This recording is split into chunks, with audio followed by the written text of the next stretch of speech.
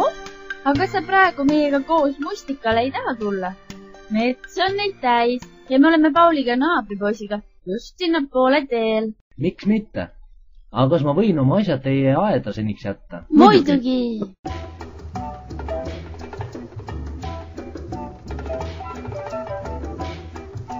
Jõudsime siis metsa ja nosisime võidu marju.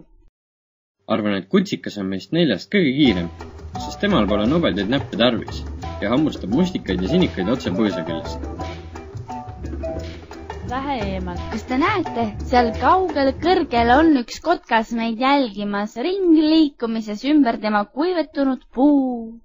Vähe eemalt.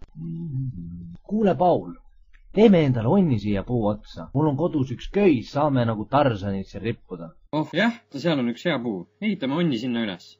Jah, lähme toome ehitusjääke. Toon redeli ka. Muidu läheb vist keeruliseks sinna midagi teha. Võiks mustikatega ökovärvi teha, väga loodussõbralik. Aga ma ei tea, mida sellega värvida siis. Poisid, kas te tahate endale lillasid džentelmenide vuntse? Ei taha, aga kaunista meie onn siis ära. See oleks siis peale iluga varjaval eesmärgil, sest puit ise on ju hele esialgu. Äkki jääb kõigile silma. Ja mina vist peaksin siis kodust oma pintsli ja purgi, kus marju katki teha, et neist välja tuleks ja saaksin siis selle onni mustikalillaga ära kaunistada ja siis ülejäänud mustikamoosist saaks pitslisse pista uues peidupaigas. Ema sul pahandab ka, kui mustade riietega koju lähed. Param-param-param-param, pabalda, tambam-tambam. Marta bluus on lilla ja sinine, veel rohkem kui enne, paladam.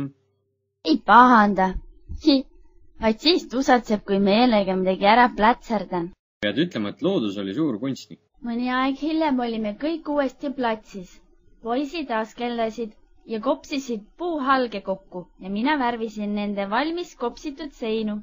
Leidsin veel metsvaarikaid, et maalida ka mõni punane lille südamik. Ai, sain vastu sõrmi.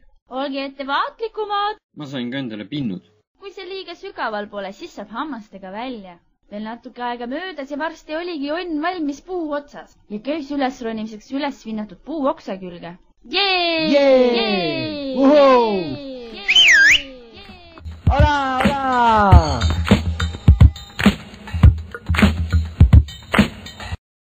Jee! Kas sul on veel värvi, kui sõid kõik ära? Ei, tegin veel vaarika ja mustika kõrsi kõigile jagamiseks.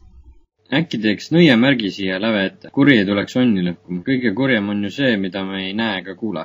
Jaa, siit leiavad vaid metshaljad ja libahundid meid üles. Kuigi räägitakse, et nad ärkavad alles siis, kui meie peaksime magama. Ja, ning joonistanud siia siis kaitsev viiskand. Ma toon veel igaks üheks piilhaka oksa ka siis juba. No väga hea. Siis see onn on kindlasti ka välgu ja huntide eest kaitstud. See märk meenutab tähte, sest on viisnurkne ja sümboliseerib seega 5 elementi, milleks on tuli, vesi, maa, õhk ja hing. Ja näe, seal taamal on üks suur sammaldunud kivi, mille all elavad kivivaimud, kes meie soove võiksid täita. Tahaks linnukeeli kõnelda.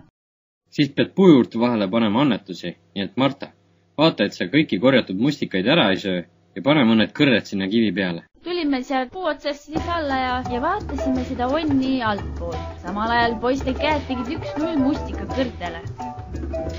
Ohoh, sealt saab hästi linnu- ja loomavaatlusi korraldada. Tegime endale selle küla esimese loodustaabi. Äkki see siiski ei peaks nii salajane koht olema ja me võime siia teisi loomalinnu uurijaid ka siis tuua.